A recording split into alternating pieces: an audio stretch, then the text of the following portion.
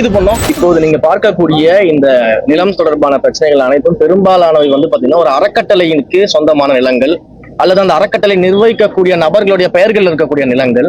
ஆனா என்ன அப்படின்னா அந்த நிலத்தை எதற்காக கொடுத்திருக்காங்க, என்ன பர்பஸ்க்காக அவங்க முன்னோர்கள் கொடுத்திருக்காங்க அப்படின்னு நம்ம பார்க்கும்போது கோயில்களுக்கு தர்ம காரியங்கள் செய்வதற்காக அந்த நிலங்கள்லாம் கொடுக்கப்பட்டிருக்கு. அது இண்டிவிஜுவல் பேர்ல இருந்தாலும் அறக்கட்டளை பேர்ல இருந்தாலும் இந்த பர்பஸ்க்கு தான் அதை யூஸ் பண்ணணும் அப்படின்றதெல்லாம் எழுதி வச்சுட்டு அந்த காலத்திலேயே கோயில்களுக்காக அதெல்லாம் கொடுத்துட்டு போயிருக்காங்க. நிறைய இடங்கள் என்ன பண்றாங்கன்னா இந்த பர்பஸை மறைச்சிட்டு சில நீதிமன்ற வழக்குகள் ஆர்டர்ஸ் மூலமாகவும் இல்ல மற்ற சில நிர்வாக ரீதியிலான சில விஷயங்கள் மூலம் என்ன பண்றாங்கன்னா இந்த பர்பஸை மறைச்சிட்டு அறநிலைத்துறையின் கவனத்திற்கு வராம இது போன்ற பத்திரப்பதிவுகள் நடக்குது அப்படிங்கறத நீங்க சொல்லக்கூடிய இந்த ஒவ்வொரு விஷயங்களும்.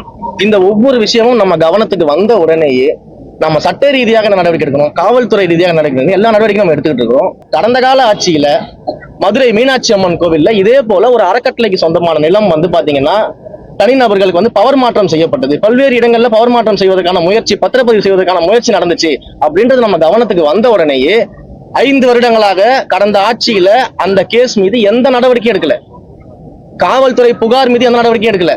ஆனா இன்றைக்கு நாம ஆட்சிக்கு வந்த உடனே என்னுடைய கவனத்திற்கு வந்த உடனேயே கடந்த 10 நாட்களுக்கு முன்பாக அந்த மதுரை மீனாட்சி அம்மன் கோயில் விவகாரத்துல யாரெல்லாம் விற்றவர்கள் வாங்கியவர்கள் இருக்காங்களோ அத்தனை பேர் மேலையும் காவல்துறை நடவடிக்கை எடுக்கணும்னு கம்ப்ளைண்ட் கொடுத்து உடனடியாக 19 பேர் மீது எஃப்ஐஆர் போடப்பட்டுச்சு. அந்த 19 பேர் மீதும் நடவடிக்கை எடுக்கப்பட்டிருக்கு. இன்று கைது நடவடிக்கை இருக்கிறது, மதுரையில கைது பண்ணியிருக்கிறாங்க, விசாரணை நடந்து கொண்டிருக்கிறது.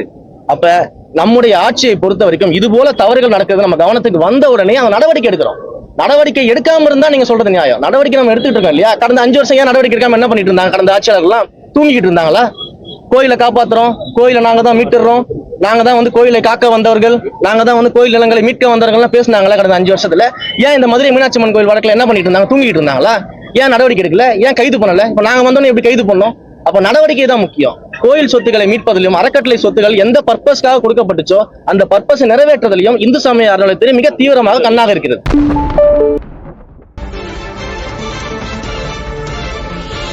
இந்து சமய அறநிலைத்துறையை பொறுத்தளவில் 5 ஆண்டுகளில் செய்ய வேண்டிய பணிகளை 5 ஆண்டுகளில் செய்திருக்கின்ற பணிகள் 50 ஆண்டு காலத்தில் செய்ய வேண்டிய பணிகளை நிறைவேற்றிய அரசு திராவிட மாடல் அரசு.